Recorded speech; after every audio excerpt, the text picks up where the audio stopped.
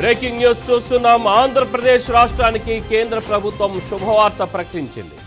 ఏపీకి పెద్ద మైలురాయిగా మరో కొత్త రైల్వే జోన్ ఏర్పాటైంది. విశాఖపట్నం కేంద్రంగా దక్షిణ కోస్తా రైల్వే జోన్ ఏర్పాటును కేంద్ర రైల్వే మంత్రిత్వ శాఖ ఖరారు చేసింది. ఈ నిర్ణయంతో విశాఖపట్నం రైల్వే డివిజన్ను కొత్తగా ఏర్పాటు చేయబోయే దక్షిణ కోస్తా రైల్వే జోన్లో భాగం చేశారు. ప్రస్తుతం ఉన్న వాల్తేర్ రైల్వే డివిజన్ను విశాఖపట్నం రైల్వే డివిజన్గా మారుస్తారు. దక్షిణ కోస్తా రైల్వే జోన్లో విశాఖపట్నం, విజయవాడ, గుంటూరు, గుంతకల్లు రైల్వే డివిజన్లు ఉండనున్నాయి. మరో కీలక నిర్ణయంగా సికింద్రాబాద్ డివిజన్ పరిధిలో ఉన్న కొండపల్లి, మోటుమర్రి సెక్షన్ను విజయవాడ డివిజన్లో విలీనం చేయాలని నిర్ణయించారు.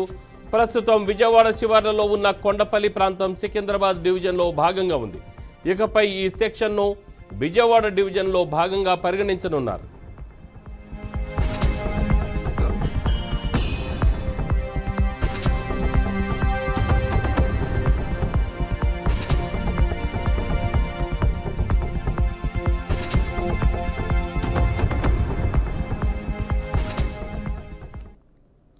దీనిపై మరింత సమాచారం మా ప్రతినిధి శ్రీనివాస్ ఫోన్ లైన్లో అందిస్తారు. శ్రీనివాస్. రామారావు, ఏదైతే 2019లో కేంద్రం జీవో తీసుకొచ్చిందో దాని ప్రకారం ఈ రోజు పూర్తిగా కూటమి ప్రభుత్వం రైల్వే జోన్ అంటే గతంలో చూసుకుంటే వాల్తేర్ డివిజన్ ని అబాలిష్ చేసి విశాఖ కేంద్రంగా రైల్వే జోన్ ఇస్తారని చెప్పినప్పుడు ఇక్కడ కొన్ని ఉద్యమాలు అవి కూడా లేవనెత్తిన పరిస్థితి. అంటే దానికి అనుగుణంగానే ఇక్కడ ప్రజల ఆశయాలకు అనుగుణంగానే కూడా ఈ రోజు వాల్తేర్ డివిజన్ ని పేరు మాత్రమే మార్చారు తప్ప విశాఖ డివిజన్ ని ఉంచుతూనే కూడా సౌత్ కోస్ట్ ఏదైతే దక్షిణ కోస్తా రైల్వే జోన్ అయితే కేంద్రం ప్రకటించింది. దీంతో ఈ ప్రాంతంలో కొంతవరకు కూడా హర్షాధికేతాలు వ్యక్తమవుతున్న పరిస్థితి అయితే ఉంది. అయితే ప్రధానంగా చూసుకుంటే దీనిలో ఉండే కేకే లైన్, కేపీ లైన్ అని ఉంటాయి. అవి 680 కిలోమీటర్ల మేర ఉన్న ఇది అధిక ఆదాయం చేస్తూ ఉంటది ఈ డివిజన్ కి. ఇలాంటి డివిజన్ ని తీసుకెళ్లి రాయగఢ్ డివిజన్ లో కలిపారు. అదే విధంగా చూసుకుంటే 410 కిలోమీటర్ల మేర ఏదైతే పలాస నుంచి అంటే ఒరిస్సా నుంచి విశాఖపట్నం వరకు రైల్వే లైన్ ఉంటుందో 410 కిలోమీటర్లు. అంటే అది పూర్తిగా కూడా పలాస, విశాఖపట్నం, దువ్వాడ, కూనేరు, విజయనగరం, వడ్లపూడి, దువ్వాడ, విశాఖపట్నం స్టీల్ ప్లాంట్, జగ్గయ్యపాలెం తదితర మార్గాలు గుండా ప్రయాణం చేసే లైన్ ఏదైతే ఉందో ఆ 410 కిలోమీటర్లని కూడా విశాఖ డివిజన్ లోనే ఉంచారు.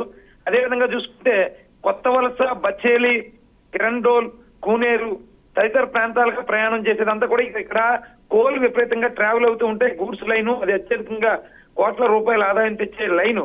అయితే ఆ లైన్ ని విశాఖ డివిజన్ నుంచి తీసేసి వాల్తేరు కొత్తగా ఏర్పడిన రాయగఢ్ డివిజన్ కి అయితే ఇచ్చారు. అయితే వాల్తేరు డివిజన్ గా ఉండే దాన్ని విశాఖ డివిజన్ గా కూడా పేరు మార్చారు.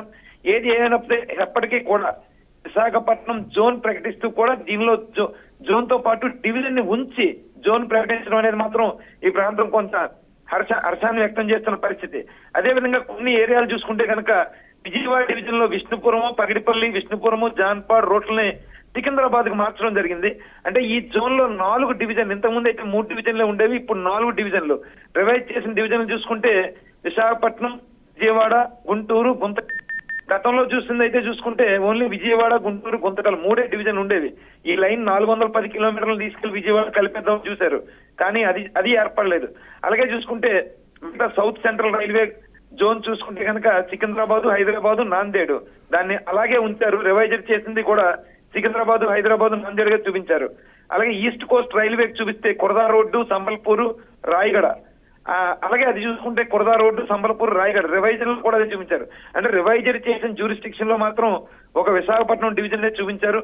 ఇది ప్రధానంగా హర్షించదగ్గ విషయమే. ఇక్కడ 52 ఎకరాల భూమిని కూడా ఏర్పాటు చేస్తూ దీని మీద ఆల్రెడీ భూమి పూజ చేయడం, వర్క్ కోసం డిపిఆర్ తయారు చేయడం, రైల్వే జోన్ కి ఆల్రెడీ బిల్డింగ్ ఏర్పాటు కూడా అన్ని ఏర్పాట్లు చేసిన పరిస్థితి అయితే ఉంది.